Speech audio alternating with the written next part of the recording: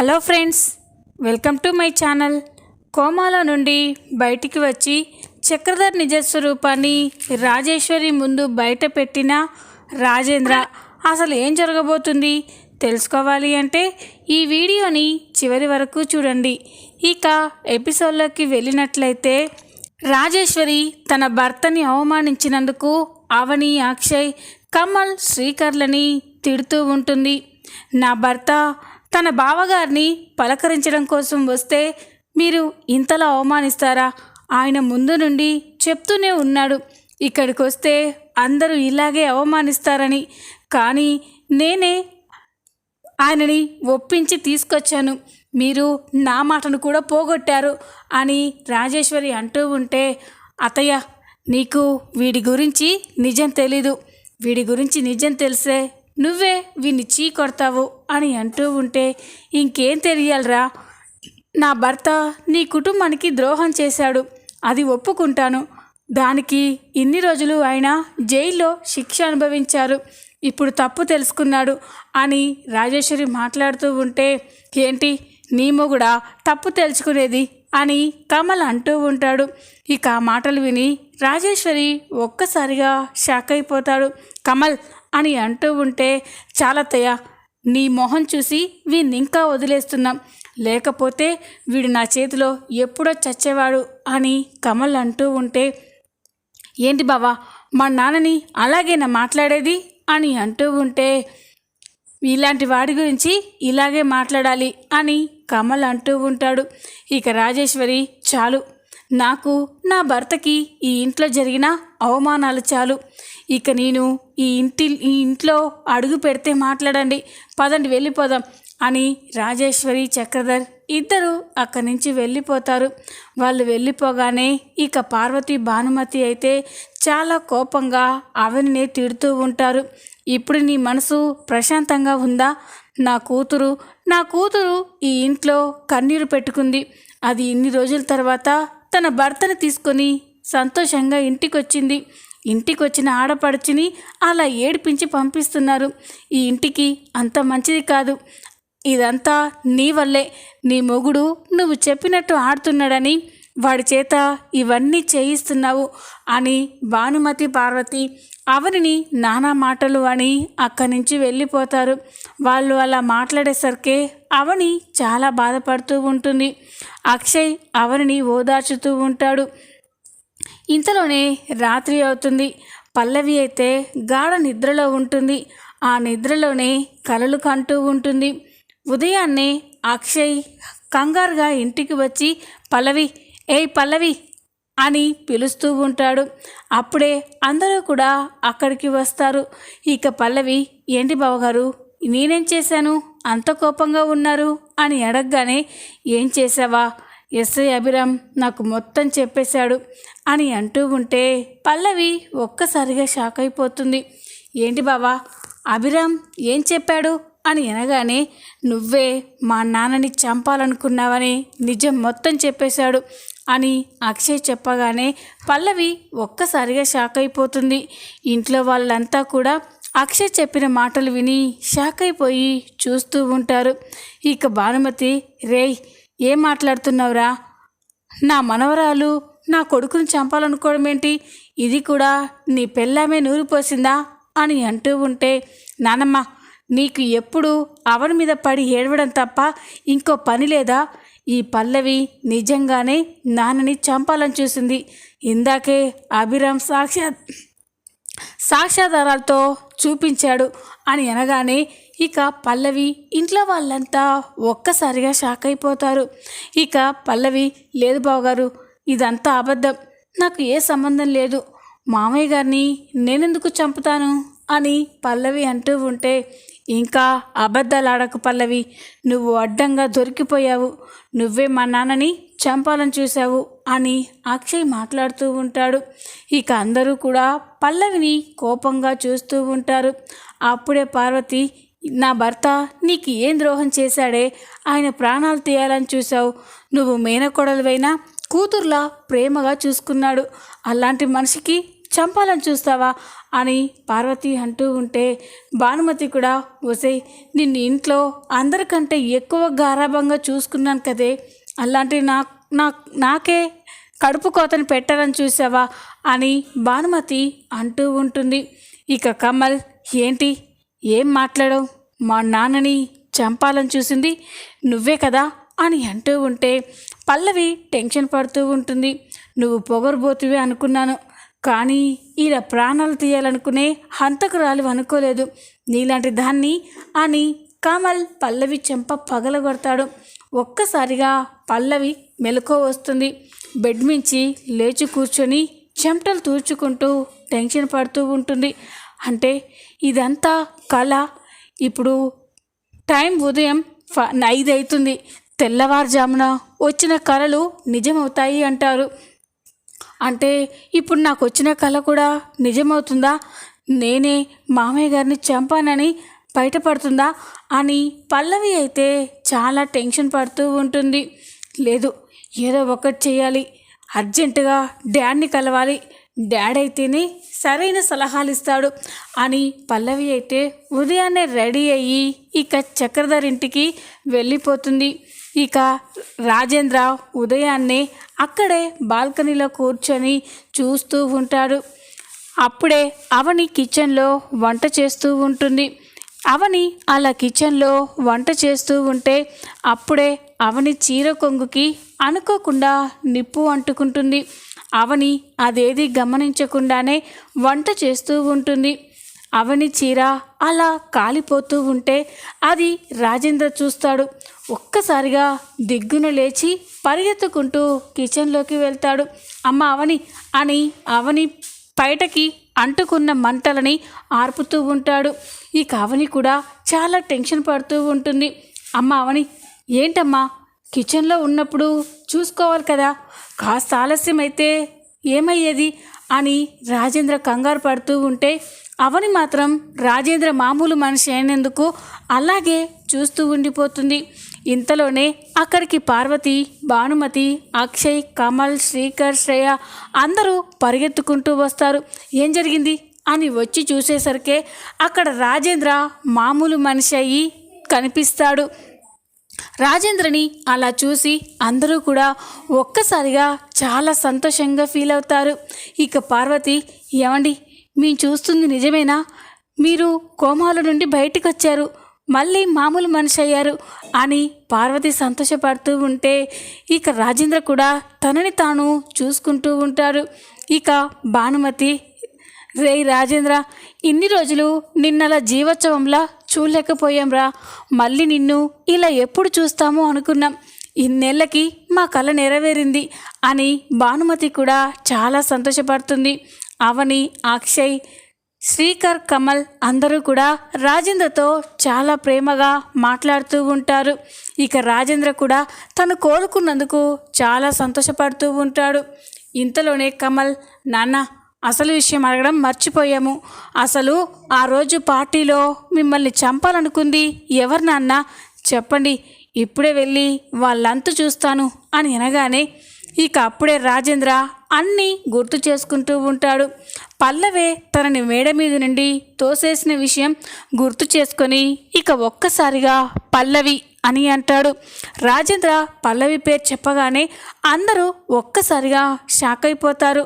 ఏంటి నాన్న, నిన్ను చంపాలని చూసింది పల్లవా అని కమల్ అనగానే అది కాదురా కమల్, ఇంట్లో అందరూ కనిపిస్తున్నారు, పల్లవి ఎక్కర్రా అని అనగానే ఇక అందరూ ఒక్కసారిగా ఓహో పల్లవి ఎక్కడని అడిగారా, ఇంకా పల్లవి తోసేసిందేమోనని అనుకున్నాను నాన్న, ఈరోజు అది అయిపోయేది అని కమల్ అంటూ ఉంటాడు. ముందు చెప్పరా పల్లవి ఎక్కడికి వెళ్ళింది అని అనగానే ఇంకెక్కడ పల్లవి, వాళ్ళ నాన్న జైలు నుండి వచ్చేసాడు కదా, ఇక ఇక్కడ 2 రోజులుంటే అక్కడ 10 రోజులు ఉంటుంది అని కమల్ అంటాడు. అది విని రాజేంద్ర ఒక్కసారిగా షాక్ అయిపోతాడు. ఏంట్రా, ఆ చక్రధర్ జైలు నుండి విడుదలయ్యాడా అని అనగానే అవును నాన్న, ఆ చక్రధర్ పొలిటికల్ లీడర్ల హెల్ప్తో బయటికి వచ్చాడు అని ఇక అక్షయ్ అంటూ ఉంటే రాజేంద్ర షాక్ అయిపోయి చూస్తూ ఉంటాడు. అప్పుడే భానుమతి, రే రాజేంద్ర, నిన్ను చూడ్డానికి మీ చెల్లెలు బావ ఇంటికొచ్చారా? ఇంటికొచ్చిన వాళ్ళని ఇదిగో ఈ అవని, అక్షయ్, శ్రీకర్, కమల్ వాళ్ళని ఎంతగానో అవమానించి ఏడిపించి పంపించేశారు అని అంటూ ఉంటే ఇక రాజేంద్రకి చాలా కోపం వస్తూ ఉంటుంది. ఇక వెంటనే రాజేశ్వర్ని కలవాలి అని అంటాడు. ఇక అప్పుడే అది విని అందరూ షాక్ అయిపోతారు. ఏంటి నాన్న, మీరిప్పుడు ఆ చక్రధర్ ఇంటికి వెళ్తారా? వద్దు నాన్న అని అంటూ ఉంటే, రే అక్షయ్, ఆ చక్రధర్ తన జైలు నుండి బయటికి రాగానే నన్ను పలకరించడానికి మన ఇంటికి వచ్చాడు కదరా. మరి నేను కూడా కోమాల నుండి బయటకు వచ్చి మామూలు మనిషిని అవ్వగానే వాణ్ణి కూడా పలకరించాలి కదా. నేను వెళ్ళొస్తాను అని రాజేంద్ర అంటాడు. పదనాన్న, మీతో పాటు మేం కూడా వస్తాం అని అక్షయ్, కమల్, శ్రీకర్ అంటూ ఉంటే, వద్దురా, నేనొక్కనే వెళ్ళి రావాలి. నా చెల్లెలతో మాట్లాడవలసినవి చాలా ఉన్నాయి అని అనగానే అందరూ ఒక్కసారిగా షాక్ అయిపోతారు. మిమ్మల్ని ఒంటరిగా ఎలా పంపాలి మావయ్య అని అంటూ ఉంటే, పర్వాలేదమ్మా, నేను ఇప్పుడు బాగానే ఉన్నాను అని రాజేంద్ర అయితే నేరుగా చక్రధర్ ఇంటికే బయలుదేరతాడు. రాజేంద్ర కోపంగా మీనాక్షికి చక్రధర్ చేసిన అన్యాయమే గుర్తుకు వస్తూ ఉంటుంది. ఆ రోజు చక్రధర్, మీనాక్షి ఇద్దరు భార్యాభర్తలని పార్టీలో అందరి ముందు చెప్పేయాలి అనుకున్నాను. కానీ తన తండ్రి గురించి నిజం బయటపడకూడదని ఆ పల్లవి నన్ను చంపేయాలని చూసింది. ఈరోజు నా చెల్లెలకి ఎట్టి పరిస్థితుల్లో ఆ చక్రధర్ నిజ స్వరూపం తెలిసేలా చేస్తాను అని ఇక రాజేంద్ర అయితే నేరుగా చక్రధర్ ఇంటికే వెళ్తాడు. ఇక రాజేంద్ర వస్తూ ఉంటే పల్లవి, చక్రధర్ అయితే మాట్లాడుకుంటూ ఉంటారు. ఏంటమ్మా పల్లవి, పీడకలని గుర్తు చేసుకొని ఇంతలా భయపడాలా అని అంటూ ఉంటే, లేదు డాడ్, నాకెందుకో ఇదే నిజమవుతుందని చాలా భయంగా ఉంది. ఇప్పుడు ఇంట్లో పరిస్థితులన్నీ కూడా అదే అయ్యేటట్టు కనిపిస్తున్నాయి. మామయ్య గారు మెల్లమెల్లగా కోలుకుంటున్నారు అని అనగానే ఇక చక్రధర్, చూడమ్మా, నీకు అప్పుడే చెప్పాను, మీ మామయ్య గారిని ఎంత తొందరగా పైకి పంపిస్తే అంత మంచిదని. నువ్వే ఆ విషయం గురించి పట్టించుకోలేదు అని అనగానే, ఎలా డాడ్, నేను కూడా ట్రై చేశాను, కానీ ఎప్పుడు ఏదో ఒక అడ్డంకి వస్తూనే ఉంది అని అనగానే, ఆ రాజేంద్ర ఉన్నంత వరకు నీకు ఈ టెన్షన్ తప్పదమ్మా. ఎంత తొందరగా వాడిని లేపేస్తే నువ్వు అంత సేఫ్గా ఉంటావు అని అనగానే, ఓకే డాడ్, ఈరోజు నుండి గట్టిగా ప్రయత్నిస్తాను. ఎంత తొందరగా వీలైతే అంత తొందరగా మామయ్యని చంపేస్తాను అని పల్లవి, చక్రధర్ మాట్లాడుకుంటూ ఉంటే రాజేశ్వరి కిచెన్లో వంట చేస్తూ ఉంటుంది. అప్పుడే రాజేంద్ర చక్రధర్ ఇంటికి కోపంగా వస్తూ ఉంటాడు. ఇక ఇంటి దగ్గరికి వచ్చి గుమ్మంలోనే ఉండి కాలింగ్ బెల్ సౌండ్ చేయగానే ఇక చక్రధర్, పల్లవి ఒకరి మొహాలు ఒకరు చూసుకుంటూ ఉంటారు. ఇదేంటమ్మా, ఈ టైంలో ఎవరొచ్చి ఉంటారు అని అనగానే, నేను వెళ్ళి చూస్తాను డాడ్ అని పల్లవి వెళ్ళి డోర్ ఓపెన్ చేసి చూస్తుంది. పల్లవి డోర్ ఓపెన్ చేయగానే అక్కడ ఎదురుగా రాజేంద్ర కనిపించడం చూసి ఒక్కసారిగా షాక్ అయిపోతుంది. పిడుగు పడినట్టయి చూస్తూ ఉంటుంది. ఇక రాజేంద్ర కూడా పల్లవిని చూసి కోపంగా చూస్తూ ఉంటారు. అప్పుడే చక్రధర్, ఏంటమ్మా, వచ్చింది ఎవరు అని గుమ్మం దగ్గరికి వస్తూ ఉంటే అక్కడ రాజేంద్ర ఉండడం చూసి చక్రధర్ కూడా షాక్ అయిపోతాడు. ఇక పల్లవి మనసులో, అంటే మామయ్య మామూలు మనిషి అయ్యారా? ఈ పాటికే నా గురించి ఇంట్లో చెప్పేసి ఉంటాడు, ఇక నన్ను బ్రతకనివ్వరు అని పల్లవి టెన్షన్ పడుతూ ఉంటే చక్రధర్ కూడా రాజేంద్రను చూసి, ఇదేంటి, ఈ రాజేంద్ర మామూలు మనిషి అయ్యాడా అని టెన్షన్ పడుతూ ఉంటాడు. అప్పుడే రాజేశ్వరి అక్కడికి వచ్చి, ఎవరొచ్చారండి అని చూస్తూ ఉండగా అక్కడ తన అన్నయ్యని చూసి ఒక్కసారిగా సంతోషపడుతుంది. అన్నయ్య అని రాజేంద్ర దగ్గరికి పరిగెత్తుకుంటూ వెళ్ళి హగ్ చేసుకొని చాలా బాధపడుతూ ఉంటుంది. అన్నయ్య, నిన్ను ఇలా చూస్తానని అనుకోలేదన్నయ్య, రా అన్నయ్య అని ఇక రాజేంద్రని ఇంట్లోకి తీసుకొస్తూ ఉంటే చక్రధర్, పల్లవైతే చాలా టెన్షన్ పడుతూ ఒకరి మొహాలు ఒకరు చూసుకుంటూ ఉంటారు. ఇక రాజేంద్ర, అన్నయ్య చెప్పన్నయ్య, ఏం తీసుకుంటావు? నీలా చూసి నాకు చాలా సంతోషంగా ఉందన్నయ్య అని అంటూ ఉంటే ఇక చక్రధర్ అలాగే చూస్తూ ఉంటాడు. ఏంటండి, అన్నయ్య మన ఇంటికి వస్తే పలకరించరేంటి? ఏంటి పల్లవి, మీ మామయ్య గారు మామూలు మనిషి అయ్యారు, ఏం మాట్లాడరేంటి అని అనగానే ఇక చక్రధర్ కూడా బావగారు ఎలా ఉన్నారు అని భయపడుతూ అడుగుతాడు. పల్లవి కూడా మామయ్య గారు ఎలా ఉన్నారు, మీరు మామూలు మనిషి ఎప్పుడయ్యారు అని అడుగుతూ ఉంటే ఇక రాజేంద్ర పల్లవి చక్రధర్ల వైపు కోపంగా చూస్తూ ఉంటాడు. ఇక అప్పుడే రాజేశ్వరి అన్నయ్య ఇప్పుడే నీకేమైనా తీసుకొస్తాను అని లోపలికి వెళ్తూ ఉంటే వద్దమ్మా అని అంటాడు. ఎందుకన్నయ్య, మొదటిసారి మా ఇంటికి వచ్చావు, చెప్పన్నయ్య ఏం కావాలో అని అంటూ ఉంటే లేదమ్మా, నేను ఇక్కడికి వచ్చింది నీ చేతి వంటలు తినడానికి కాదు, నీకొక ముఖ్యమైన విషయం చెప్పడానికి అని అనగానే ఇక రాజేశ్వరి చక్రధర్ పల్లవి షాక్ అయిపోయి చూస్తూ ఉంటారు. ఇక పల్లవి ఇప్పుడు మామయ్య మామతో ఏం చెప్తాడు? నేనే తనని చంపాలని చూశానని చెప్తాడా? ఆ విషయం తెలిస్తే మా అమ్మ ఇక్కడే నన్ను చంపేస్తుంది అని పల్లవి టెన్షన్ పడుతూ ఉంటుంది. ఇక రాజేంద్ర కూడా ఇక చక్రధర్ కూడా ఈ రాజేంద్ర ఏం చెప్పబోతున్నాడు? పల్లవి తనని చంపాలనుకున్న విషయం చెప్పబోతున్నాడా, లేక నేనే మీనాక్షి భర్తననే నిజాన్ని రాజేశ్వరికి చెప్పబోతున్నాడా అని చక్రధర్ కూడా చాలా టెన్షన్ పడుతూ ఉంటాడు.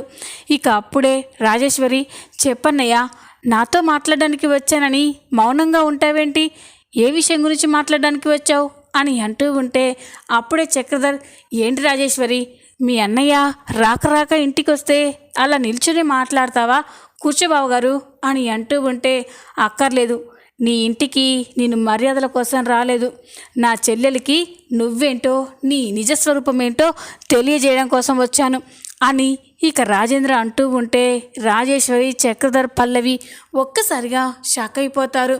ఇక రాజేశ్వరి ఏంటన్నయ్య, నా భర్త ఏం చేశాడు అని అంటూ ఉంటే నీ భర్త నా కుటుంబానికి ద్రోహం చేశాడు, నమ్మక ద్రోహం చేశాడు అని అంటూ ఉంటే అదేంటన్నయ్య, నువ్వు కూడా నీ కొడుకుల్లాగే మాట్లాడతావు, నీ కుటుంబానికి చేసిన ద్రోహానికి నా భర్త ఇన్ని రోజులు జైలు శిక్ష అనుభవించొచ్చారు, తప్పు తెలుసుకున్నాడు, పశ్చాత్తాపడుతున్నాడు, నా భర్తని క్షమించండి అన్నయ్య అని అంటూ ఉంటే నా కుటుంబానికి చేసిన ద్రోహానికి క్షమిస్తానమ్మా, కానీ ఒక ఆడదాన్ని 30 సంవత్సరాల నుండి వేధిస్తున్న బాధని మాత్రం క్షమించలేను అని అనగానే ఇక చక్రధర్ పల్లవి రాజేశ్వరి ఒక్కసారిగా షాక్ అయిపోతారు. ఏంటన్నయ్య, ఏమంటున్నావు నువ్వు? నా భర్త వల్ల ఒక ఆడది 30 సంవత్సరాల నుండి అవమానాలు పడుతుందా? ఏం మాట్లాడుతున్నావన్నయ్య అని అంటూ ఉంటే అవునమ్మా, ఈ చక్రధర్ ఒక ఆడదాన్ని పెళ్లి చేసుకొని 2 బిడ్డల్ని కానీ నడి రోడ్డు మీద పడేసి మాయమాటలు చెప్పి ఆస్తి కోసం నిన్ను పెళ్లి చేసుకున్నాడు అని చెప్పగానే రాజేశ్వరి ఒక్కసారిగా షాక్ అయిపోతుంది. ఇక చక్రధర్ పల్లవి కూడా షాక్ అయిపోయి చూస్తూ ఉంటారు. అప్పుడే పల్లవి ఏంటి మావయ్య, ఏం మాట్లాడుతున్నారు మీరు? మా డాడ్ మోసం చేయడం ఏంటి? లేదు మమ్మీ నమ్మొద్దు అని అంటూ ఉంటే ఇక చక్రధర్ కూడా అవును బావగారు, మీకెవరో నా గురించి అబద్ధాలు చెప్పారు అని అంటూ ఉంటే ఇక చాలా ఆపు, ఎవరిని మోసం చేస్తున్నారో నాకు బాగా తెలుసు అని రాజేంద్ర మాట్లాడుతూ ఉంటే చక్రధర్ పల్లవి చూస్తూ ఉంటారు. అప్పుడే రాజేశ్వరి లేదన్నయ్య, నేను నమ్మను, నా భర్త చెడ్డవాడే, కానీ ఒక ఆడదాని జీవితాన్ని నాశనం చేసేంత కసాయివాడు కాదన్నయ్య, నేను నమ్మను అని అంటూ ఉంటే నువ్వు నమ్మవని తెలుసమ్మా, అందుకే సాక్ష్యాలతో సహా వచ్చాను, నువ్వే చూడు అని రాజేంద్ర తన దగ్గర ఉన్న ఫోటోని రాజేశ్వరికి చూపిస్తాడు. ఆ ఫోటోలో మీనాక్షి చక్రధర్ పెళ్లి ఫోటో ఉంటుంది. అది చూసి రాజేశ్వరి ఒక్కసారిగా షాక్ అయిపోతుంది. తన గురించి రాజేశ్వరికి నిజం తెలిసిందని చక్రధర్ పల్లవి కూడా షాక్ అయిపోయి చూస్తూ ఉంటారు. ఇక రాజేశ్వరి ఏంటన్నయ్య, మీనాక్షి ఈయన మొదటి భార్య అని అంటూ ఉంటే అవునమ్మా, మీనాక్షి ఈ చక్రధర్ మొదటి భార్య, అవని భరత్లు ఈ చక్రధర్ కన్న పిల్లలు అని అనగానే ఇక రాజేశ్వరి ఒక్కసారిగా షాక్ అయిపోతుంది. ఇక చక్రధర్ భయపడుతూ రాజేశ్వరి నమ్మొద్దు అని రాజేశ్వరి దగ్గరికి వెళ్తూ ఉంటే రాజేశ్వరి ఒక్కసారిగా చక్రధర్ చెంప పగలగొడుతుంది. ఛీ, నువ్వు ఇంత నీచుడివా? నా కుటుంబానికి ఎంత ద్రోహం చేశావు. నా అన్నయ్య పిల్లల్ని రోడ్డు పాలు చేశావు. అయినా కూడా భర్తవని కడుపులో దాచుకున్నాను. కానీ ఒక ఆడదాని జీవితాన్ని ఇంతలా నాశనం చేస్తావా? పాపం ఆ మీనాక్షి తన భర్త ఏడి అని అందరూ అడుగుతూ ఉంటే ఏం చెప్పుకోలేక ఎన్నో అవమానాలు భరించింది అని ఇక రాజేశ్వరి అంటూ ఉంటే చక్రధర్ పల్లవి షాక్ అయిపోయి చూస్తూ ఉంటారు. ఈ విధంగా రాజేశ్వరికి చక్రధర్ గురించి అసలు నిజాన్ని చెప్పబోతున్నాడు. ఈ వీడియో కనుక మీకు నచ్చినట్లయితే లైక్ చేయండి, సబ్స్క్రైబ్ చేసుకోండి. Thanks for watching.